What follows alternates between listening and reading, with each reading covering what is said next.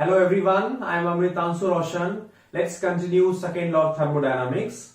तो आज के इस सेशन में हम लोग सेकेंड लॉ ऑफ थर्मोडायनामिक्स के एक बहुत ही इंपॉर्टेंट टॉपिक के बारे में पढ़ेंगे जिसका नाम है कार्नोट साइकिल ना। तो कार्नोट साइकिल को बहुत अच्छे तरीके से हमें समझना होगा और जब हम इसको समझेंगे तो उस पे आधारित हम कार्नोट हीट इंजन को समझ सकते हैं और जब कार्नोट हीट इंजन को समझेंगे तो किसी भी हीट इंजन का मैक्सिमम परफॉर्मेंस क्या हो सकता है।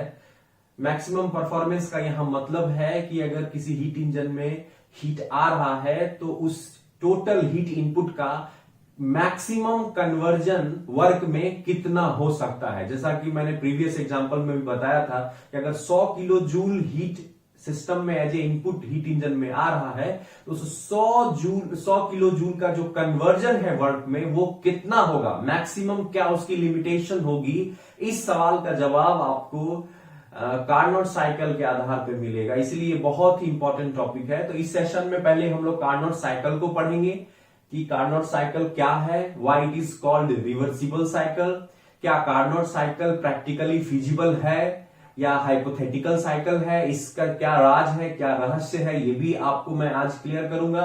और कार्नोट साइकिल को समझने के लिए आपको एक इंपॉर्टेंट चीज को समझना होगा, वो है रिवर्सिबल और इरिवर्सिबल प्रोसेस। तो जब तक आपका रिवर्सिबल और इरिवर्सिबल प्रोसेस का कंसेप्ट क्लियर नहीं होगा तो आप कार्नोट साइकिल को फील नहीं कर पाएंगे। फील करने का मतलब है कि आप उसको अच्छे तरीके से समझ नहीं पाएंगे। सब्जेक्ट का जो नॉलेज आपको होना चाहिए वो नहीं हो पाएगा और फिर आप हमेशा कंफ्यूज रहेंगे कि कौन से इफिशियंसी का मैं प्रयोग करूं। थर्मल इफिशियंसी जो मैं कैलकुलेट कर रहा हूं, क्या वो मैक्सिमम इफिशियंसी है या वो एक्चुअल इफिशियंसी है। अगर किसी हीट इंजन का इफिशियंसी मैक्सिमम कब होगा, किस कंडीशन में होगा, ऐसे तमाम सवालों के जवाब आपको इस टॉपिक में मिलेंगे ना। और मैं लास्ट में एक बहुत ही अच्छा इंटरव्यू का भी क्वेश्चन बताऊंगा जो भाभा एटॉमिक रिसर्च सेंटर में पूछा गया था कार्नोट साइकिल पे, जहां पे अक्सर बच्चे जाके फंस जाते हैं और वहां पे आप सिर्फ बुकिश आंसर करेंगे और वहां पे वो लोग थोड़ा सा क्रिएटिव क्वेश्चंस पूछते हैं जहां पे बच्चे उलझ जाते हैं। तो वो हम लोग लास्ट में डिस्कस करेंगे। तो सबसे पहले हम लोग कंटिन्यू करते हैं सेशन को कार्नोट साइकिल को। तो सबसे पहले मैं बताऊं कि कार्नोट साइकिल है क्या और ये why it is named as a Carnot cycle. तो एक्चुअली 1800 अराउंड 1824 में करीब फ्रेंच के एक साइंटिस्ट थे, I hope if I am not wrong, Carnot.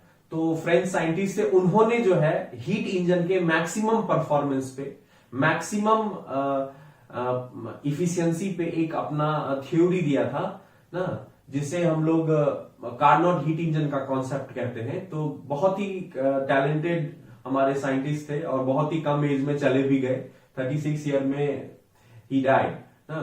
तो कार्नोट महोदय ने थ्योरेटिकली एक ऐसे हीट इंजन की कल्पना की थी, उसे ऑन पेपर प्रेजेंट भी किया था, जो कि हमारा हीट इंजन का मैक्सिमम परफॉर्मेंस बताता है। लेकिन वो उस हीट इंजन को बना नहीं सके ना, बना नहीं सके। बाद में उनका जो थियरी था उसे उस समय लोगों ने अप्रिशिएट नहीं किया, लेकिन बाद में जब 20-25 साल बाद जब क्लॉसियस और केल्विन, ये दो बहुत इंपॉर्टेंट नाम हैं जब हम थर्मोडायनामिक्स पढ़ते हैं, तो क्लॉसियस और केल्विन जो थे उन्होंने इनके कॉन्सेप्ट को जस्टिफाई किया with the help of entropy. तो इंट्रोपी के कॉन्सेप्ट से उन्होंने कार्नोट हीट इंजन को और कार्नोट थ्योरम को वहां पे जस्टिफाई किया और उसके बाद ये काफी पॉपुलर हो गए और थर्मोडायनामिक्स में एक तरह से इनका एक अपना ही राज है, एक अपना ही हम इन्हें सम्मान की दृष्टि से देखते हैं। तो इसीलिए हम लोग कार्नोट जो हमारे थे उनको हम सो कॉल्ड काफी रिस्पेक्ट से हम देंगे और बहुत सारी चीजें इन्होंने कही, उस पर हम लोग चर्चा करेंगे। और फिर मैं आपको एक बहुत इंटरेस्टिंग बात बताऊंगा कि अगर आप कार्नोट साइकिल को एज्यूम करिए अगर डेली लाइफ में, तो क्या होगा, किस तरह की सिचुएशंस हो सकते हैं ना। अगर अपने आप को, आप एक स्टूडेंट है और बीइंग स्टूडेंट अगर अपने आप को एक सिस्टम आप मान लीजिए थर्मोडायनामिक सिस्टम, और समझिए कि आप कार्नोट की तरह वर्क अगर कर रहे हैं तो कितने घंटे आप पढ़ेंगे, कितने घंटे सोएंगे, इस सवाल पे भी हम लोग एक एनालॉजी पे चर्चा करेंगे।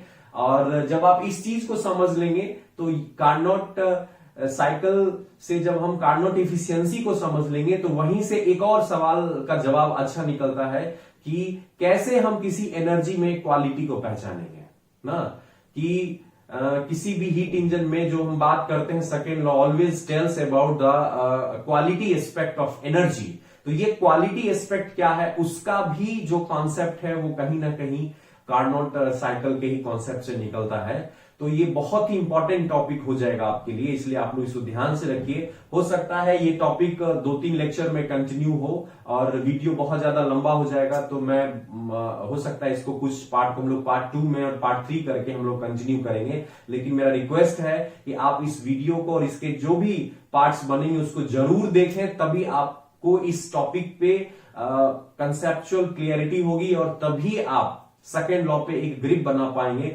जिसके बाद थर्मोडायनामिक्स में कोई आपको पछाड़ नहीं पाएगा। एक बहुत अच्छा अंडरस्टैंडिंग होगा, क्योंकि इसी टॉपिक से रिलेटेड हमारा इंट्रोपी भी है, और इंट्रोपी का नाम सुनते ही बहुत सारे टीचर और स्टूडेंट सबके हालत खराब हो जाते हैं। कोई उस टॉपिक को छेड़ना नहीं चाहता है, काफी लेंदी लगता है, बच्चे भी डरते हैं उससे। लेकिन मेरा यकीन मानिए, ट्रस्ट मी, इंट्रोपी आपको इतना इंटरेस्टिंग और इतना एक्साइटिंग टॉपिक लगेगा, मैं उसको इतना रियलिस्टिक एग्जांपल से बताऊंगा कि आप बिल्कुल खुश हो जाएंगे। लेकिन तब तक थोड़ा आपको वेट करना पड़ेगा, थोड़ा आपको पेशेंस रखना होगा, और जैसे जैसे लेक्चर कंटिन्यू होगा, हो सकता है अभी आपको शुरुआती दौर में कुछ डाउट्स निकले, लेकिन जैसे ही लेक्चर कंटिन्यू होगा या ये टॉपिक कंटिन्यू होगा तो आपके डाउट्स ऑटोमेटिकली क्लियर हो जाएंगे। मैं समझ सकता हूं कि जब आप पढ़ेंगे, फर्स्ट टाइम इस टॉपिक को देख रहे हैं, तो आपके मन में डेफिनेटली डाउट्स आएंगे, लेकिन ट्रस्ट मी, आप लास्ट तक देखिए, आपके बहुत सारे डाउट स्वतः क्लियर हो जाएंगे। चलिए, तो हम लोग अब कार्नोट साइकिल को कंटिन्यू करते हैं। तो कार्नोट ने एक थर्मोडायनामिक साइकिल का कॉन्सेप्ट दिया, जिसमें इन्होंने कहा कि हमारे पास 4 प्रोसेस हैं। तो कार्नोट महोदय ने 4 डिफरेंट थर्मोडायनामिक प्रोसेस को मिला के एक साइकिल बनाया ना, जिसमें इन्होंने जितने भी प्रोसेस को कंसीडर किया, उन्होंने यह एज्यूम किया कि ये सारे प्रोसेस मेरे कैसे प्रोसेस हैं, रिवर्सिबल प्रोसेस हैं। तो चलिए, पहला सवाल का जवाब तो आपको यही मिल जाएगा कि कार्नोट साइकिल में यूज्ड होने वाले चारों प्रोसेस रिवर्सिबल प्रोसेस हैं, और हम उसे एज्यूम, कार्नोट ने उसको माना रिवर्सिबल प्रोसेस। तो 4 रिवर्सिबल प्रोसेस से मिलके बना साइकिल अपने आप जो है कहला जाएगा रिवर्सिबल साइकिल। तो अब आप समझ सकते हैं कि अगर आपसे कोई पूछे कि why it is called reversible cycle, तो आपका जवाब आंसर बहुत सिंपल होगा, since it all process are considered to be reversible, that's why this cycle is known as reversible cycle। चलिए, तो इसीलिए मैंने कहा आपको कि रिवर्सिबल प्रोसेस और इरिवर्सिबल प्रोसेस को जब तक आप नहीं समझेंगे, तब तक कार्नोट साइकिल को आप अच्छे से नहीं समझ पाएंगे। फिर आपको ऊपर जानकारी होगी ना, जो कि बहुत कॉमनली सभी लोगों के पास होता है। तो आपको अगर सबसे डिफरेंट होना है, तो फिर इस प्रोसेस को अच्छे से समझना होगा। चलिए, मैं फर्स्टली देखता हूं कि 4 प्रोसेस में इन्होंने क्या क्या लिया। अभी एक इंट्रोडक्शन देके फिर हम लोग रिवर्सिबल प्रोसेस पे चले जाएंगे। तो 4 प्रोसेस को तो मैं मान रहा हूं कि 1 से 2 एक प्रोसेस है, 2 to 3, 3 to 4 एंड 4 to 1, और इस तरह से हमारा साइकिल कंप्लीट हो जा रहा है। चूंकि कार्नोट साइकिल हीट इंजन की बात करता है, वर्क प्रोड्यूसिंग डिवाइस की बात करता है, तो ये डेफिनेटली इस साइकिल का मूवमेंट भी हमारा क्लॉकवाइज सेंस में होगा। अच्छा, तो मैं यहां पे 4 प्रोसेस लिखने वाला हूं, 1 से 2, 2 से 3, 3 से 4 और 4 से 1। चलिए, मैं आपको यहां पे बता दूं कि अभी मैं 1 से 2 प्रोसेस जो लेने वाला हूं, वह प्रोसेस मेरा है रिवर्सिबल आइसोथर्मल एक्सपेंशन। दूसरा हमारा प्रोसेस है रिवर्सिबल एडियाबेटिक एक्सपेंशन। हमारा थर्ड प्रोसेस है रिवर्सिबल आइसोथर्मल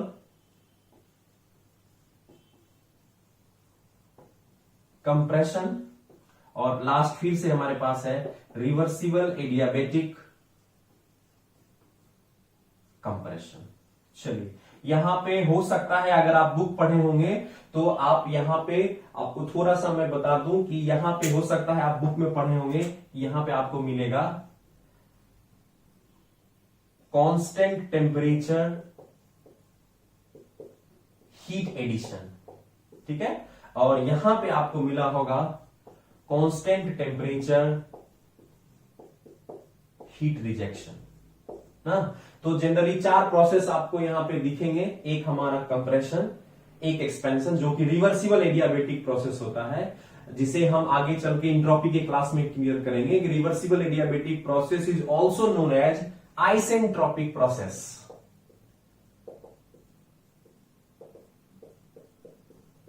आइसेंट्रोपिक प्रोसेस का मतलब होता है, अगर इस शब्द को तोड़ेंगे तो आइसो और इंट्रोपी 2 वर्ड आते हैं। तो आइसो मतलब होता है इक्वल, इंट्रोपी मतलब हुआ आपका ना इंट्रोपी। तो अगर हमारा किसी भी प्रोसेस में इंट्रोपी कांस्टेंट है, या यू कैन से जो इनिशियल इंट्रोपी बराबर फाइनल इंट्रोपी इस तरह से है कि वो हमेशा इंट्रोपी मेरा कांस्टेंट है, इंट्रोपी में कोई चेंज नहीं आता है ना, या चेंज इन इंट्रोपी जहां पे 0 है वहां पे होगा ना। लेकिन ध्यान रखना है कि through out the process means 1 से 2 हर एक स्टेट में इंट्रोपी कांस्टेंट होना चाहिए। सिर्फ इनिशियल और फाइनल का मतलब ये नहीं इनिशियल और फाइनल बराबर और बीच में आप गड़बड़ी कर दो, नो। आप यहां से यहां तक अगर प्रोसेस जा रहे हैं तो हर एक स्टेट में आपका इंट्रोपी कांस्टेंट होना चाहिए। मान लीजिए ये 1 है, ये 2 है ना, और अगर ये इस तरह से बढ़ रहा है और यहाँ पे हम S1 बराबर S2 ले रहे हैं तो ये पूरा कांस्टेंट होना चाहिए। ठीक है, चलिए तो ये हम लोग आगे डिस्कस करेंगे। फिलहाल आप इंफॉर्मेशन के लिए समझ सकते हैं कि हमारा reversible adiabatic process also known as isentropic process. तो हो सकता है बुक में आप जब इसे पढ़ेंगे तो आपको ये मिलेगा कि आइसोथर्मल हीट एडिशन या कांस्टेंट टेम्परेचर हीट एडिशन, इसमें मिलेगा आइसेंट्रोपिक एक्सपेंशन या रिवर्सिबल एडियाबेटिक एक्सपेंशन, फिर आपको मिलेगा कांस्टेंट टेम्परेचर हीट रिजेक्शन या रिवर्सिबल आइसोथर्मल कंप्रेशन, और उसके बाद फिर मिलेगा isentropic compression. All are correct, ये सब सही है, ये भी सही है, ये भी सही है। ये जो नाम दिया गया है वो इसके हीट इंजन पे दिया गया है जो कि कार्नोट ने अपने थ्योरी में प्रपोज किया था कि हम किस तरह का हीट इंजन बनाएंगे। हालांकि वो बना नहीं पाए बेचारे, उससे पहले ही ऊपर चले गए, 36 साल में ही उनकी मृत्यु हो गई।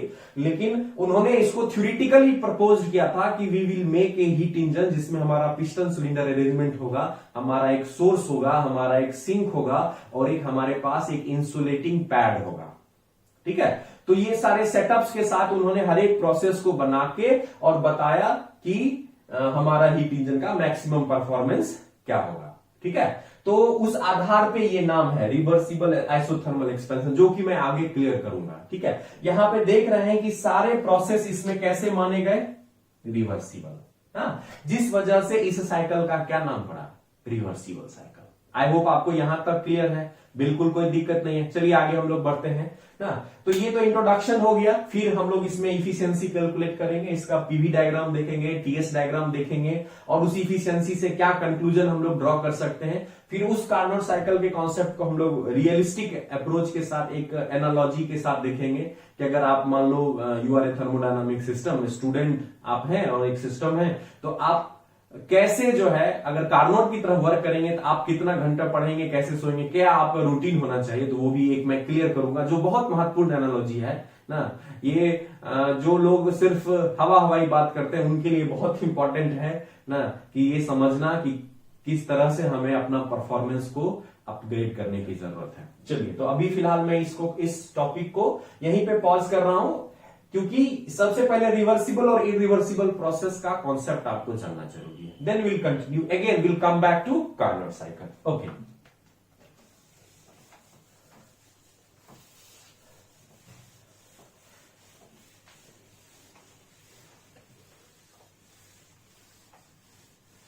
चलिए, तो अब हमारा टॉपिक है that is called reversible process ना। तो समझेंगे पहले, जब हम सेकेंड लॉ पढ़ते हैं तो प्रोसेस के टाइप्स पे भी एक ध्यान रखेंगे। तो जितने भी थर्मोडायनामिक प्रोसेस हैं यहां पे इसको 2 भाग में हम बांट सकते हैं। पहला रिवर्सिबल प्रोसेस और दूसरा जस्ट इसका opposite irreversible process. My dear student, बहुत ध्यान से सुनिएगा, बहुत ही सुंदर कॉन्सेप्ट है, लेकिन थोड़ा सा आपका कंसंट्रेशन ब्रेक होगा, थोड़ा सा इसमें कंफ्यूजन होगा, पूरे सेकेंड लॉ में आप कंफ्यूज रहेंगे। और अगर थोड़ा सा ध्यान देके सुन लेंगे ये टॉपिक आपको बहुत क्रिस्टल की तरह क्लियर हो जाएगा, और फिर आप कोई भी इंटरव्यू दीजिए, कोई भी न्यूमेरिकल्स बनाइए, आपको कहीं कोई डाउट ही नहीं होगा। ठीक है। और ऐसे भी आप सेकेंड लॉ पढ़ रहे हैं, second law always talks about the quality of energy ना। तो आप अगर क्वालिटी नहीं लेंगे इस टॉपिक में, क्वालिटी को नहीं समझेंगे, सिर्फ ऊपर ऊपर पढ़ लेंगे ना, तो फिर आपका काम कैसे चलेगा? How you become better heat engine ना। तो आप बिल्कुल हीट इंजन की तरह है, हीट इंजन वर्क प्रोड्यूस करता है, स्टूडेंट हमारा जो है हीट इंजन की तरह है, वो ज्यादा से ज्यादा आउटपुट देता है। तो आउटपुट क्या है आपका? पढ़ना। जितना ज्यादा आप पढ़ेंगे उतना ज्यादा आपके लिए बेटर होगा ना। आपका डिजायर इफेक्ट फिलहाल अभी क्या है? जो स्टूडेंट आपका डिजायर इफेक्ट है ज्यादा से ज्यादा पढ़ना ना, वही आपके लिए वर्क आउटपुट। ओके, सबसे पहले हम लोग वन बाय वन समझेंगे कि व्हाट इज रिवर्सिबल प्रोसेस। और ये समझ रहे हैं कि अगर आप रिवर्सिबल समझेंगे तो अपने आप आपको समझ में आ जाएगा व्हाट इज इरिवर्सिबल। ये नाम से ही लग रहा है कि एक दूसरे के जस्ट खिलाफ है, ठीक है। चलिए, तो अभी हम लोग जो है रिवर्सिबल प्रोसेस को समझने की कोशिश करेंगे कि हमारा रिवर्सिबल प्रोसेस क्या है।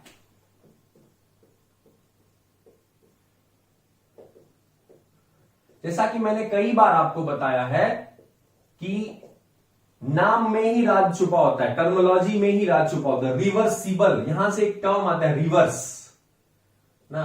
तो चलिए मान लेता हूं कि ये मेरा एक इंडिकेटर डायग्राम है, प्रेशर वर्सेस वॉल्यूम, और यहां पे आपकी कुछ इनिशियल स्टेट है। This is your initial state P1, let's take V1, ठीक है। इनिशियल स्टेट है सिस्टम का ना।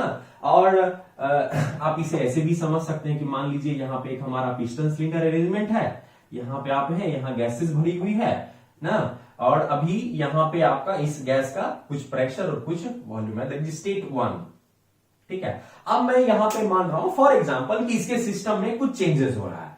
चेंजेस क्या हो रहा है कि यह गैस जो है इस पे हमारा एक फोर्स लगा है, इसकी इंटरनल एनर्जी ज्यादा ये लगा रहा है। तो अब जो है पिस्टन हमारा मूव करके मान लेता हूं कि 0.1 से 0.2 की ओर यहां आ गया, ठीक है। चलिए, तो इसको हम लोग मान लेते हैं, और ये एक पर्टिकुलर पाथ को फॉलो कर रहा है, 1 to 2 हमारा पाथ फॉलो कर रहा है। तो डेफिनेटली यहां से यहां तक गया तो सिस्टम में चेंजेस हुआ। इस सिस्टम में चेंजेस होने की वजह से कुछ सराउंडिंग में चेंजेस हुआ।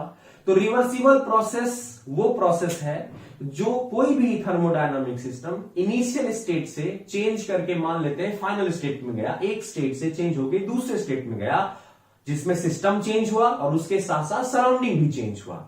अगर वह उसी पाथ पे बिल्कुल वापस आ जाए, जिससे कि सराउंडिंग भी अपने ओरिजिनल स्टेट में आ जाए और सिस्टम भी ओरिजिनल स्टेट में, अगर वो ऐसा आ जाए, तो ऐसे प्रोसेस को हम बोलते हैं रिवर्सिबल प्रोसेस, ठीक है।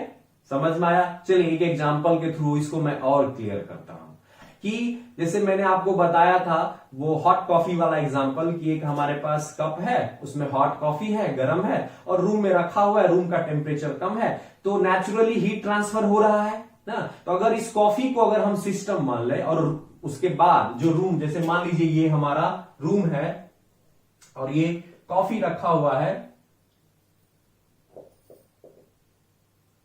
ना, तो अगर मैं इसको सिस्टम मान लूं तो हम क्या देखेंगे कि यहां से हीट चारों तरफ सराउंडिंग में आ रहा है ना। तो यहां पे तो सिस्टम में चेंज क्या हुआ कि हाई टेम्परेचर से लो टेम्परेचर हीट ट्रांसफर हो रहा है, ओके, एनर्जी क्रॉस कर रहा है। अब ये सराउंडिंग है तो सराउंडिंग में एनर्जी आ रहा है, ध्यान से समझिएगा। सिस्टम एनर्जी लॉस कर रहा है, सिस्टम से एनर्जी निकल के जा रहा है और सराउंडिंग में वो एनर्जी आ रहा है, क्लियर है? अच्छा, तो इसके स्टेट में चेंज हुआ, सिस्टम में सराउंडिंग में एनर्जी आए तो डेफिनेटली उसके स्टेट में चेंज होगा। इसका एनर्जी कम हुआ, उसके स्टेट में चेंज हुआ। अगर यह चीज वापस रिवर्स हो जाए ना और सब अपनी पूर्व अवस्था में आ जाए, कैसे? तो इमेजिन करिए कि जो हीट आ रहा है वो स्वतः जो है, जो कॉफी ठंडी हो गई थी फिर उसमें वापस चला जाए, मतलब स्वतः कॉफी गर्म हो जाए, ठीक है। और सराउंडिंग में जो लॉस हीट जो आया था वो वापस चला जाए, जो सिस्टम हीट लॉस किया था उसको वो हीट सारा वापस मिल जाए और दोनों अपने पूर्व अवस्था में पहुंच जाए ना। तो अगर ऐसी स्थिति हो जाए then this process is said to be reversible process. And I hope, मैं आपसे अगर ये पूछूं कि माय डियर स्टूडेंट बताओ क्या ये पॉसिबल आपको लग रहा है, आई होप आपका आंसर क्या होगा? नो सर, बिल्कुल भी पॉसिबल नहीं लग रहा, क्योंकि ये नहीं संभव है। यही चीज समझना होगा ना कि रिवर्सिबल प्रोसेस कभी भी नेचर में एग्जिस्ट नहीं करता है, कभी भी वो संभव ही नहीं है ना। अगर वो वापस आ भी जाए तो डेफिनेटली सराउंडिंग के स्टेट में चेंज होगा। इस सिस्टम से इसमें हीट जा सकता है, बड़ी बात नहीं है ना, यहां से इसको फिर से हम गर्म कर सकते हैं, लेकिन सराउंडिंग फिर अपने अवस्था में वापस नहीं आएगा। सिस्टम में भी आ सकता है, हम एक्सटर्नल अरेंजमेंट करके उसे ला सकते हैं, लेकिन सराउंडिंग में वो चीज फिर नहीं होगा और यहां पे कुछ एडिशनल एनर्जी आपको लाना ही पड़ेगा ना। तो कहीं ना कहीं ये पॉसिबल नहीं है। तो आपको समझना होगा कि रिवर्सिबल प्रोसेस क्या है। रिवर्सिबल प्रोसेस एक ऐसा प्रोसेस है जिसमें किसी भी थर्मोडायनामिक सिस्टम का अगर स्टेट इनिशियल से फाइनल चेंज हो रहा है, जिसके वजह से सिस्टम में भी चेंज हो रहा है, सराउंडिंग भी चेंज हो रहा है, अगर हम इसे रिवर्स बैक करते हैं और ये पुनः अपनी पूर्व अवस्था में आ जाए, जिस कारण से सराउंडिंग भी पुनः अवस्था में आ जाए, सिस्टम भी पुनः अपने ओरिजिनल स्टेट में आ जाए, अगर ऐसा प्रोसेस को एग्जिबिट हो रहा है तो हम कहेंगे वो रिवर्सिबल प्रोसेस है, जो आप यकीन मानिए नेचर में होता ही नहीं है, ये सिर्फ थ्योरेटिकल प्रोसेस है। इसीलिए या ये बिल्कुल आइडियल केस में पॉसिबल, इसे हम आइडियल प्रोसेस बोल सकते हैं, इसीलिए रिवर्सिबल प्रोसेस को आइडियल प्रोसेस भी कहा जाता है, राइट। ये बिल्कुल उसी तरह है जैसे मैं अगर उस स्टूडेंट का एग्जांपल आपको दूं ना, हम लोग अक्सर हाँ ये यूज करते हैं अपने पठन पाठन कार्य में। इमेजिन करिए यू आर ए स्टूडेंट ना, और आप अपने आप को एक थर्मोडायनामिक सिस्टम मानिए। तो अगर आप में कोई चेंज हो रहा है, आपके स्टेट बदल रहा है, मान लेते हैं कि आप पढ़ाई कर रहे हैं, तो अगर आप रिवर्सिबल प्रोसेस होंगे तो उसका मतलब है कि अगर आपने जो 1 घंटा अभी पढ़ा ना, 1 घंटा में पढ़ा ना, जो आपने गेन किया, जो आपने हीट रिजेक्ट किया सराउंडिंग में, वो सब वापस आ जाए। जो हीट रिजेक्ट किया वो फिर सराउंडिंग आपको हीट वापस कर दे। आपने जो ज्ञान वर्धन किया वो फिर आपके दिमाग से चला जाए और पुनः आप उसी अवस्था में आ जाए। Is it possible? No, not possible. तो समझना होगा कि रिवर्सिबल प्रोसेस जो है वो हमेशा थ्योरेटिकल प्रोसेस होता है, कभी भी ये एक्चुअल प्रोसेस नहीं होगा ना। अच्छा, अगर थर्मोडायनामिक्स कहता है कि if you want to see reversible process, तो ये एक ही शर्त है, एक ही कंडीशन है जब ये हो सकता है। कब हो सकता है? जब ये रिवर्सिबल प्रोसेस आपका क्वाजी स्टैटिक प्रोसेस हो ना। ये आप फंडामेंटल टॉपिक में पढ़े होंगे, क्वाजी स्टैटिक प्रोसेस। अगर हमारा ना reversible process, all reversible process if exist, then it comes in quasi static condition. quasi static का मतलब होता है, static मतलब स्थिर, quasi means होता है almost, जो कि almost स्थिर ही रहे। that means कि इतना infinitely slow process हो जाए। इनफाइनाइटली स्लो प्रोसेस होने का मतलब है कि स्टेट 1 से यहां आए, वो इतना स्लो प्रोसेस हो कि ऑलमोस्ट पहले भी यहां भी इक्विलिब्रियम में रहे, यहां भी आए तो इक्विलिब्रियम में, यहां भी आए तो इक्विलिब्रियम में रहे, मतलब ऑलमोस्ट इक्विलिब्रियम में ही हमेशा रहेगा, तभी वो रिवर्सिबल प्रोसेस हो सकता है। तो वो भी प्रैक्टिकली फिजिबल नहीं है, इनफाइनाइटली स्लो प्रोसेस होगा। मतलब इमेजिन करिए अगर मैं अभी यहां खड़ा हूं और मुझ में इतना स्लाइटली 1 इंच का भी मूवमेंट हो तो वो मूवमेंट ना के बराबर है ना। तो अगर समझिए कि पिस्टन सिलेंडर अरेंजमेंट में अगर पिस्टन मूव कर रहा है और इनफाइनाइटली स्लो मूव कर रहा है तो उसका कोई यूज नहीं है ना, वो किसी काम का नहीं है हमारे लिए, ठीक है। तो वही समझना है कि reversible process are not exist in practical condition in daily life ना। तो डेली लाइफ में तब होता क्या है? तो डेली लाइफ में हमारा प्रोसेस होता है इरिवर्सिबल प्रोसेस। जितने भी रियल प्रोसेस हैं वो सारे इरिवर्सिबल प्रोसेस है। इरिवर्सिबल जस्ट इसका है कि ये अपने अवस्था में वापस नहीं आए और सिस्टम और सराउंडिंग भी अपनी अवस्था में वापस नहीं आ सकता है। तो इस तरह के प्रोसेस को हम लोग इरिवर्सिबल प्रोसेस बोलते हैं। तो आप समझना होगा कि नेचर, अगर रिवर्सिबल प्रोसेस अगर होता है तो वो कैसा होगा? इनफाइनाइटली स्लो ही हमेशा होगा। और अगर इरिवर्सिबल प्रोसेस होगा तो वो यूजुअली फास्ट होता है। जैसे हॉट कॉफी से इस रूम में हीट का ट्रांसफर होना, ये एक स्पॉन्टेनियस प्रोसेस है, ये फास्ट प्रोसेस है ना। Sudden expansion of A gas in a cylinder, ये एक इरिवर्सिबल प्रोसेस है। ऐसे बहुत सारे प्रोसेस हैं ना जहां पे कि आपको इरिवर्सिबल आएगा ना। तो रिवर्सिबल प्रोसेस बहुत स्लो है और irreversible process generally real process होते हैं ना। तो रिवर्सिबल प्रोसेस पे जो स्टूडेंट अगर अपने आप को रखेगा तो it will work like very slow, तभी वो भाई हो सकता है सब कुछ। इरिवर्सिबल प्रोसेस जो होता है, स्टूडेंट हमारा नॉर्मल रियल स्टूडेंट होता है, ओके।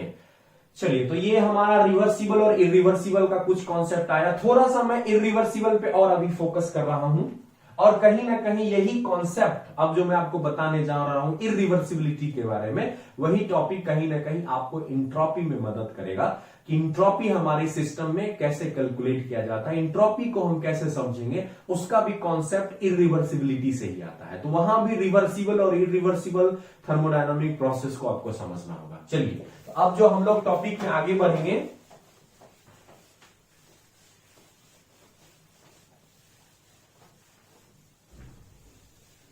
वो हमारा टॉपिक होगा व्हाट इज कॉल्ड इरिवर्सिबिलिटी।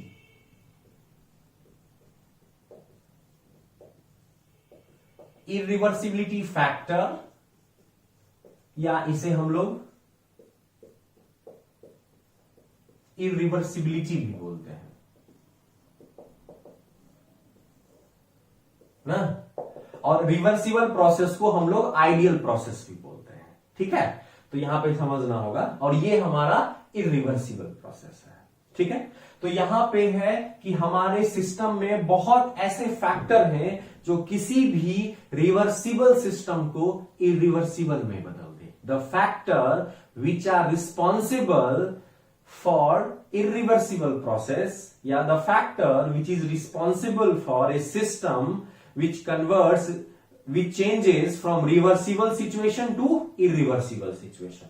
मतलब अगर कोई सिस्टम रिवर्सिबल है और रिवर्सिबल से वो इरिवर्सिबल बन रहा है, तो जरूर इसका कोई कारण होगा।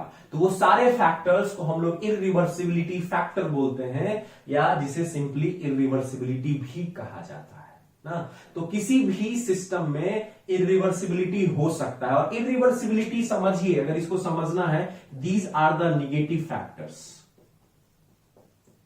अगर ये सिस्टम में निगेटिव फैक्टर की तरह है, क्योंकि ना अगर ये फैक्टर नहीं होगा तो this will behave like reversible process, like ideal system, ideal process. और अगर उसमें कुछ प्रॉब्लम आ गया तो उसके परफॉर्मेंस में कमी आएगा, तो वो फिर उसमें कुछ निगेटिव फैक्टर्स आ गए तो वो इरिवर्सिबिलिटी फैक्टर होगा। जैसे कि मैं आपको एक बेस्ट इसका एग्जांपल, इरिवर्सिबिलिटी फैक्टर का बेस्ट एग्जांपल है फ्रिक्शन।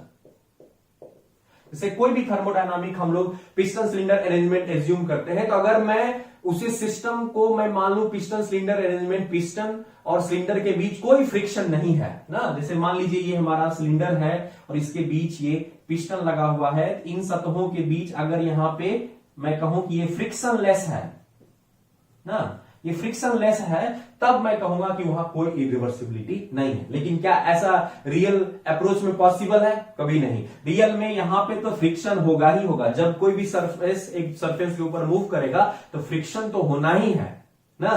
तो बिल्कुल आप समझ सकते हैं। Now you are getting understanding of irreversibility. तो फ्रिक्शन को हम एक इरिवर्सिबिलिटी फैक्टर बोलेंगे। इसी तरह हमारे और भी हैं ना, like heat transfer due to definite temperature difference। ठीक है, अनरिस्ट्रेन्ड एक्सपेंशन, जिसको हम लोग सडन एक्सपेंशन भी बोलते हैं। अगर कोई गैस का अनरिस्ट्रेन्ड एक्सपेंशन हो रहा है तो वो भी हमारा इरिवर्सिबिलिटी फैक्टर है। कोई सॉलिड है, अगर वो इन इलास्टिक रूप से एक इलास्टिक डिफॉर्मेशन हो, अगर एक इन इलास्टिक डिफॉर्मेशन हो जाए तो वो भी हमारा इरिवर्सिबिलिटी फैक्टर। तो कुछ फैक्टर्स जो हैं, जो भी फैक्टर, जितने भी फैक्टर हैं जो किसी भी सिस्टम को आइडियल सिचुएशन से, आइडियल से रियल में कन्वर्ट कर रहा है, वो सारे फैक्टर्स क्या हो गए? Negative factor. चलिए, एक और मैं इसका बेटर अंडरस्टैंडिंग आपको देता हूं। मान लीजिए अपने आप को ना, यू आर आइडियल स्टूडेंट। ठीक है, आप स्टूडेंट हैं, एज्यूम करिए you are ideal student. What are the characteristic of ideal student? Ideal student वो स्टूडेंट होता है जिसमें कोई भी गड़बड़ी नहीं हो, हर एक मामले में वो बेहतर हो, पढ़ने में अच्छा, दिखने में स्मार्ट, ठीक है, उसके पास गर्लफ्रेंड भी है, वो बहुत अमीर भी है ना, उसको कोई डिस्ट्रैक्शन नहीं है, माइंड बिल्कुल भी डाइवर्ट नहीं करता है, उसको हर एक चीज का नॉलेज है, everything like Superman. Ideal student like Superman, सब कुछ उसके पास है। ठीक है, बट ये होता नहीं है। कोई लड़का आपको ऐसा मिला है? नहीं, बिल्कुल नहीं। रियल वो आइडियल स्टूडेंट का एक और कैरेक्टरिस्टिक है, भैया 18 घंटा पढ़ेगा और 6 घंटा सोएगा, बाकी कोई काम नहीं करेगा। Is it possible? आप और कुछ नहीं करेंगे क्या? बहुत सारे काम रहते हैं आपको करने के लिए। ठीक है, चलिए, तो वो आइडियल बात हो गई। What are the real student कौन है, एक्चुअल स्टूडेंट कौन है? सर, जिसको 6 घंटा सोना भी है, कोई थोड़ा सोना ज्यादा पसंद करता है, कोई 7 घंटा भी सोएगा, कोई 8 घंटा भी सोएगा। सर, किसी को मूवी देखना अच्छा लगता है, सर खाना भी बनाना है, सर कपड़ा भी धोना है। There are so many reasons. तो कहीं ना कहीं आप 18 घंटा नहीं पढ़ पा रहे हैं 24 घंटे में, सो भी 6 घंटा नहीं पा रहे, कम होगा ज्यादा होगा, तो आप फिर रियल स्टेट में आ गए ना, ये रियल प्रॉब्लम है। तो समझना होगा कि इरिवर्सिबल प्रोसेस भी कुछ ऐसा ही होता है जिसमें लॉट ऑफ प्रॉब्लम्स है। These are the problems, irreversibility factor are the problem. यही एक सिस्टम को आइडियल से रियल की ओर लाता है ना। तो जैसे आपको अगर खाना बनाना, ये भी एक काम है, और कहीं ना कहीं आपको, अगर आप खाना बनाएंगे तो डेफिनेटली पढ़ नहीं सकते हैं, ठीक है। 6 घंटा एग्जैक्टली आप कभी नहीं सो सकते, कभी लोग कम सोता है, कभी थोड़ा ज्यादा होता है, कभी नाप के 6 घंटा कोई सोया है क्या? कभी नहीं सोया है, ठीक है। तो ये मैं आपको एक समझने के लिए बता रहा हूं। These are the irreversibility factors, ठीक है। अब यहां पे अगर यहां पे समझना होगा इरिवर्सिबिलिटी को, तो ये इरिवर्सिबिलिटी 2 तरह का होता है ना। एक होता है इंटरनल इरिवर्सिबिलिटी, एक होता है एक्सटर्नल इरिवर्सिबिलिटी। चलिए इस पे हम लोग आते हैं।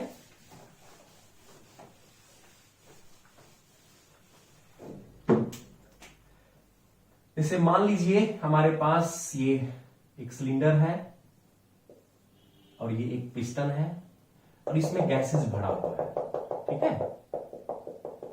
This is our thermodynamic system, ठीक है। इसे हम लोग एक सिस्टम मान रहे हैं, ठीक है। तो दिस इज आवर सिस्टम,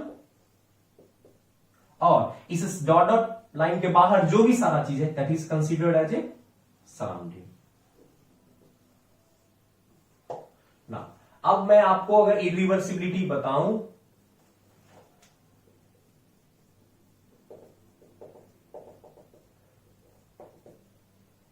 तो ये 2 तरह का, पहला internal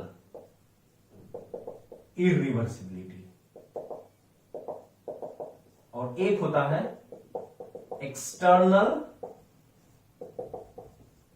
irreversibility. My dear student, आपको समझना होगा कि इंटरनल इरिवर्सिबिलिटी क्या है और एक्सटर्नल रिवर्सिबिलिटी क्या है। जैसे अगर मैं अपने आप को एक सिस्टम मानता हूं, ठीक है, मेरा बॉडी पूरा एक सिस्टम है और मेरे को छोड़ के जो भी बाहर में वो सराउंडिंग है। तो अगर मैं कहता हूं कि what are the internal factor, ना, ऐसा इंटरनल कौन सा फैक्टर है जो आपको आइडियल स्टूडेंट से रियल स्टूडेंट की ओर कन्वर्ट कर रहा है, तो मैं कह सकता हूं कि सर मेरा इंटरनल हेल्थ, मेरा जो हेल्थ कंडीशन है वो मेरे अंदर की समस्या है। एक लड़का है कि पूरा सर इंटरनली स्वस्थ है, इंटरनली फिट है, इंटरनली हेल्दी है, उसको कोई बीमारी नहीं है, कोई डिजीज नहीं, वेरी फिट एंड फाइन, ठीक है।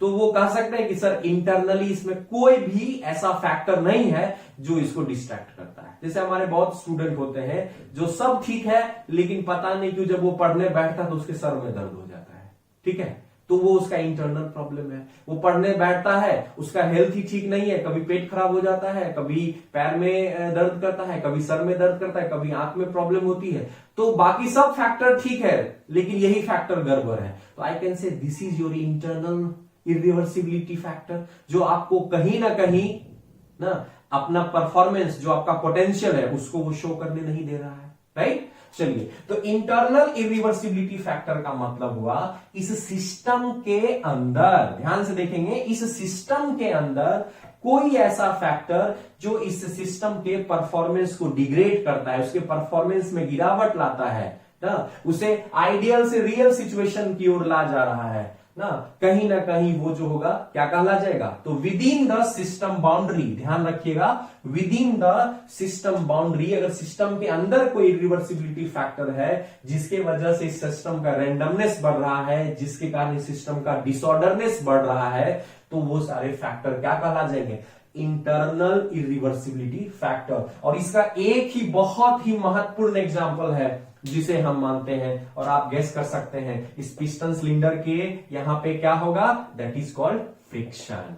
तो friction is the best example of internal irreversibility factor, ठीक है। आगे मैं आपको अगर इस सिस्टम का, जब हम इंट्रोपी कैलकुलेट करना सिखाएंगे, that is change in entropy for a system, तो ये 2 तरीके से, इस सिस्टम में गड़बड़ी 2 तरीके से हो सकता है। एक सिस्टम के अंदर गड़बड़ी हो सकता है और एक सिस्टम के बाहर गड़बड़ी हो सकता है ना। जैसे मान लीजिए कोई एक ऑर्गेनाइजेशन सिस्टम है ना, हमारे देश में कोई ऑर्गेनाइजेशन सिस्टम है, तो अगर विद इन द सिस्टम अगर कोई प्रॉब्लम है, कोई करप्शन है, तो वो उसका इंटरनल इरिवर्सिबिलिटी फैक्टर है। और अगर सिस्टम से बाहर कोई फैक्टर रिस्पॉन्सिबल है जिस कारण से वो ऑर्गेनाइजेशन अपना परफॉर्मेंस नहीं कर रहा है ना, तो वो कहला जाएगा क्या, एक्सटर्नल इरिवर्सिबिलिटी फैक्टर। तो इस सिस्टम के बाहर, मतलब सिस्टम से के बाहर, दैट मीन्स की सराउंडिंग में ना।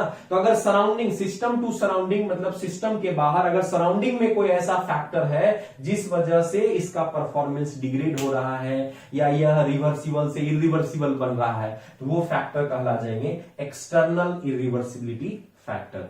ये एक्सटर्नल इरिवर्सिबिलिटी फैक्टर जो होता है वो मुख्य रूप से होता है ड्यू टू हीट ट्रांसफर।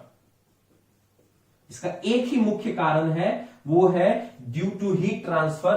तो अंदर हमारा सिस्टम है और बाहर सराउंडिंग है। अगर सिस्टम से सराउंडिंग अगर ये हीट ट्रांसफर हो रहा है, तो इस हीट ट्रांसफर, लेट सपोज मैं मान ले रहा हूं DQ, अगर इस हीट ट्रांसफर हो रहा है, तो इस हीट ट्रांसफर की वजह से सिस्टम और सराउंडिंग प्रभावित होगा। इस सिस्टम के एक्सटर्नली जो है इसे, इसके परफॉर्मेंस में कमी आएगी, इसमें चेंजेस आएगा ना, तो वो हमारा फैक्टर क्या कहला जाता है, इरिवर्सिबिलिटी फैक्टर।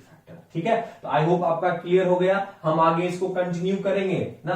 ये सिस्टम के अंदर हो रहा है, इसके वजह से जो इंट्रोपी जनरेट होता है उसे हम लोग बोलते हैं इंट्रोपी जनरेशन, और एक हमारा इंट्रोपी होता है सिस्टम के बाहर due to heat transfer DQ, इसके वजह से। तो ये हम आपको अगले सेशन में कंटिन्यू करेंगे। तो कहीं ना कहीं आपको समझना होगा कि अगर मैं कह रहा हूं कि कोई थर्मोडायनामिक प्रोसेस मेरा रिवर्सिबल प्रोसेस है, अब ध्यान से समझिएगा, अगर मैं कह रहा हूं कि मेरा थर्मोडायनामिक्स प्रोसेस रिवर्सिबल प्रोसेस है, जैसे कि समझिए कार्नोट महोदय ने एज्यूम किया था कि हमारा आइसोथर्मल एक्सपेंशन जो है वो रिवर्सिबल प्रोसेस है। तो रिवर्सिबल प्रोसेस का मतलब हुआ वो इंटरनली भी रिवर्सिबल है और एक्सटर्नली भी रिवर्सिबल है।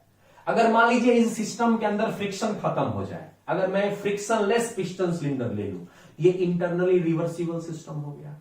ठीक है, अगर एक्सटर्नल में मान लीजिए कोई हीट का इंटरेक्शन नहीं हो रहा है, ठीक है, तो वहां पे जो है उसे हम लोग मानेंगे। ठीक है, तो ये समझना होगा कि अगर मैं कहता हूं कि कोई सिस्टम टोटली रिवर्सिबल है, इसका मतलब है इंटरनली भी रिवर्सिबल है और एक्सटर्नली भी रिवर्सिबल है। ठीक है, तो हम थर्मोडायनामिक्स में तो सब जगह इंटरनली रिवर्सिबल मान के ही पढ़ते हैं। आगे इंट्रोपी भी पढ़ेंगे तो वो हमारा एज्यूम्ड रहता है कि सिस्टम आर इंटरनली रिवर्सिबल। हाँ, एक्सटर्नल इरिवर्सिबिलिटी हो सकता है due to heat interaction.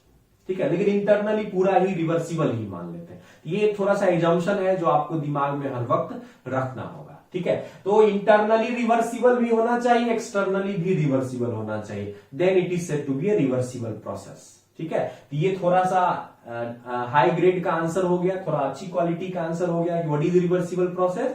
Sir, if a system is internally as well as externally reversible, then it is said to be reversible process. Internal reversibility का मतलब क्या हुआ कि sir there is no irreversibility factor within the system. और जब हम external irreversibility की बात करेंगे, sir there is no such factor which is outside the system. System के बाहर भी कोई ऐसा फैक्टर नहीं है और सिस्टम के अंदर भी नहीं है। That means I can say completely ideal, कोई भी इसमें निगेटिव पॉइंट ही नहीं होना चाहिए। अब आप समझ सकते हैं, real process are like ideal student ना, और उस रियल प्रोसेस से मिलके बना रिवर्सिबल साइकिल, कार्नोट साइकिल। तो कार्नोट साइकिल पे जो हीट इंजन काम करेगा वो तो आइडियल ही होगा, आइडियल हीट इंजन होगा। और जब आइडियल हीट इंजन होगा तब तो उसका परफॉर्मेंस भी आइडियल परफॉर्मेंस होगा, मैक्सिमम परफॉर्मेंस होगा, क्योंकि उसमें तो कोई प्रॉब्लम है ही नहीं। एक ऐसे छात्र को समझिए जिसमें कोई प्रॉब्लम है ही नहीं, 18 घंटा पढ़ता है और 6 घंटा सो जाता है, तो I can say that be like Carnot heat engine. अगर उस लड़के को हीट इंजन मान लें तो जो है वो बिल्कुल कार्नोट हीट इंजन की तरह है। 18 घंटा पढ़ता है, 6 घंटा सो जाता है। देयर इज नो फ्रिक्शन, कोई उसको प्रॉब्लम लाइफ में नहीं है। Friction is nothing but the resistance, विरोध, प्रतिरोध। उसके लाइफ में कोई विरोध प्रतिरोध नहीं है, कोई भी रेजिस्टेंस है ही नहीं, उसके सारे प्रॉब्लम सॉर्ट आउट, उसको कोई दिक्कत ही नहीं है। अब आप समझ सकते हैं कि कार्नोट महोदय ने क्या कॉन्सेप्ट कहा था। तो अब आपको थोड़ा थोड़ा हिंट मिल रहा होगा कि ये थोड़ा हाइपोथेटिकल बात नहीं कर रहे हैं, ये रियलिस्टिक बात नहीं कर रहे हैं। तो कार्नोट महोदय ने इन सारी चीजों को सिर्फ पेपर पे ही लिखा था। वो हीट इंजन बनाते उससे पहले बेचारे ऊपर चले गए ना, बहुत कम उम्र में चले गए ना। तो जब बनाते तब उनको पता चलता। तो जब ये गलती ना, जब ये काम करने का बीड़ा ऑटो ना और डीजल नामक साइंटिस्ट ने उठाया, जो बाद में चल के पेट्रोल इंजन और डीजल इंजन बना है, तो वो कार्नोट महोदय के कॉन्सेप्ट से इंस्पायर्ड हुए थे कि नहीं हमको इंजन बना ही देना है, एकदम आइडियल इंजन। लेकिन जब वो बनाने गए तब उनको समझ में आया कि रिवर्सिबल प्रोसेस को अगर हम मान के करेंगे तो हमारा इंजन बनेगा ही नहीं, क्योंकि वहां पे तो इरिवर्सिबल प्रोसेस होता है। तो बाद में जाके वो हीट इंजन बनाए भी, जो कि डीजल इंजन और ऑटो इंजन या जिसको हम लोग पेट्रोल इंजन भी बोलते हैं उस नाम से जानते हैं, लेकिन उसका परफॉर्मेंस कभी भी कार्नोट के बराबर नहीं हुआ।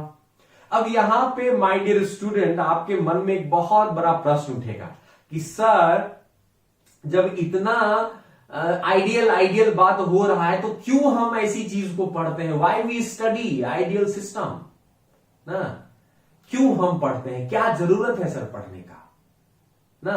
क्यों हम अभी भी सिलेबस में कार्नोट साइकिल को पढ़ रहे हैं, या क्यों इनकी अहमियत ज्यादा है ना? वाई वी स्टडी, क्योंकि ये तो रियलिस्टिक है, नहीं तो आइडियल बात करता है ना। तो आप समझ लीजिए कि आपके आसपास कोई अगर आपके पिताजी कहते हैं कि शर्मा जी का बेटा 18 घंटा पढ़ता है, भर दिन पढ़ता है और 6 घंटा सोता है, तुम क्या करता है, भर दिन अपना समय बर्बाद करते हो, तो समझ लीजिए your father is talking about Carnot is like Carnot system, Carnot cycle की तरफ वो बात कर रहे हैं, जो कि संभव नहीं है। तो एकदम रिलैक्स रहना है ना, बिल्कुल भी टेंशन नहीं लेना है, ऐसा होता नहीं है, ये सिर्फ कहने के लिए है, ठीक है। अब इसका आंसर मैं दूंगा कि क्यों पढ़ते हैं। सिर्फ 2 कारण से पढ़ते हैं। पहला तो आइडियल सिस्टम का एनालिसिस बहुत इजी है, चाहे वो कोई भी एनालिसिस करिए ना। जैसे उस लड़के के बारे में जो 18 घंटा पढ़ता है, 6 घंटा सोना, उसके बारे में अगर कोई भी आपको एनालिसिस करना है तो आपको बहुत आसानी होगा। वो लड़का तो कोई प्रॉब्लम है नहीं, वो हेल्दी भी है, फिट भी है, स्मार्ट भी है, उसकी इंग्लिश भी बहुत अच्छी है, वो पढ़ने में मैकेनिकल भी उसका बहुत अच्छा है, सब एग्जाम में टॉप करता है, उसको तो आसान है एनालिसिस करना ना। और दूसरा ना, अगर जब तक हम आइडियल बात नहीं करेंगे तो आपके परफॉर्मेंस में अपग्रेडेशन कैसा होगा? जैसे मान लो कोई रियल इंजन हमने बनाया, जैसे कि डीजल इंजन ही है, तो हम जानते हैं कि डीजल इंजन इरिवर्सिबल प्रोसेस पे बना है, तो उसका परफॉर्मेंस लेट सपोज मान लेते हैं भी 30% इफिशियंसी है, 32% है, ठीक है। लेकिन अगर हम कोशिश करें कि अगर हमारे सामने एक लक्ष्य रख दिया जाए, देखो ये हमारा आइडियल हीट इंजन है ना, तुम आइडियल स्टूडेंट की तरह बनो, 18 घंटा पढ़ो, 6 घंटा पढ़ो। तो अगर कोई लड़का मान लेते हैं 6 घंटा पढ़ रहा है, तो उसके लिए एक सोर्स ऑफ इंस्पिरेशन होगा कि हम चलो 18 घंटा नहीं पढ़ सकते, कम से कम कोशिश करते हैं कि 16 घंटा पढ़ें, कोशिश करते हैं कि 12 घंटा पढ़ें, मतलब अपने आप को थोड़ा सा अपग्रेड करें। उसको हमेशा अपग्रेडेशन का स्कोप दिखेगा। तो इसको कंपैरिजन करने के लिए रखा गया ना, इसीलिए हम पढ़ते हैं। ये बहुत बड़ा इंटरव्यू का क्वेश्चन भी है, why we study Carnot cycle.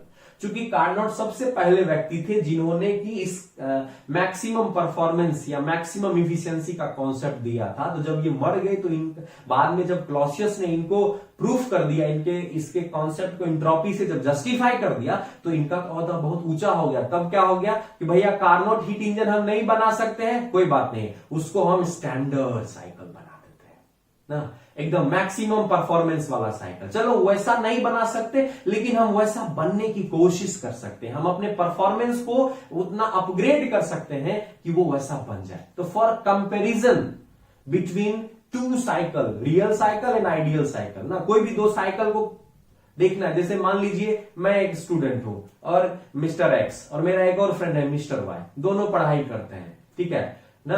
अब मुझे तुलना करना है कि कौन लड़का ज्यादा अच्छा है, कौन ज्यादा पढ़ाई करता है, कौन ज्यादा बढ़िया है, तो हम क्या कहेंगे? आइडियल तो कोई भी नहीं है ना। ये मान लो 12 घंटा पढ़ता है मिस्टर वाई, मिस्टर एक्स में 10 घंटा पढ़ता हूं, ठीक है, बाकी सब फैक्टर सेम है दोनों के लिए। तो मैं कैसे कहूंगा कि कौन बेटर है? तो हम तुलना कर देंगे किससे? आइडियल स्टूडेंट से ना। आइडियल स्टूडेंट देखो 18 घंटा पढ़ता है, तो ये 12 घंटा पढ़ रहा है, तो ये इसके ज्यादा करीब है। इसके आइडियल और रियल में मात्र 6 घंटे के नहीं पढ़ने का अंतर है। और एक लड़का है जो 10 घंटा पढ़ता है, 18 घंटे ना, 6 घंटा तो सोना ही है ना, तो उसमें इसका गैप ज्यादा है। तो जिसका गैप कम है, दैट मीन्स जो कार्नोट के काफी करीब है, तो हम कहेंगे कि वो साइकिल बहुत अच्छा है। जो कार्नोट से बहुत दूर है ना, जिसका परफॉर्मेंस कम है और अभी बहुत अपग्रेड होने की जरूरत है, तो हम कहेंगे कि उसकी तुलना में मिस्टर एक्स 10 ही घंटा पढ़ता है, जहां मिस्टर वाई 12 घंटा पढ़ता है, तो 10 वाला जो है थोड़ा सा उसका परफॉर्मेंस कमजोर है। तो कंपैरिजन में इसका यूज होता है। तो याद रखिएगा, दो ही पॉइंट है, why we study Carnot cycle, why we study reversible process, why we study ideal process. पहला, उसका एनालिसिस करना आसान है, ठीक है, और दूसरा, it is used for this ideal system, ideal cycle is used for comparison between any real cycle and Carnot cycle. I hope clear है। ये $100 million वाला क्वेश्चन है जो कि इंटरव्यू में पूछा जाता है, और ये तभी आप बता पाएंगे जब आपकी अंडरस्टैंडिंग बहुत क्लियर होगी, ठीक है। तो अब कहीं ना कहीं हम लोग जो है कार्नोट साइकिल पे फिर वापस आ रहे हैं। चलिए, तो हम लोग फिर वापस चलते हैं कार्नोट साइकिल पे।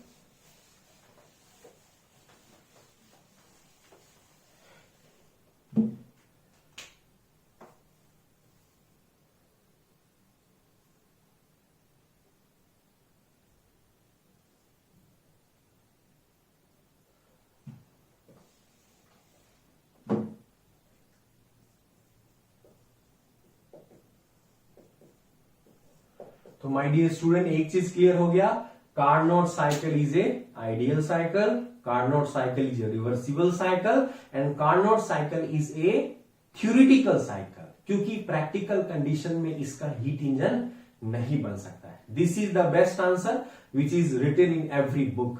लेकिन जब आप अच्छा इंटरव्यू देने जाएंगे नो, तो खास करके बार का हो गया, एनपीसीआईएल का हो गया, आई होप बार का मतलब आप समझते होंगे, Bhabha atomic research centre for the post of training technical assistant.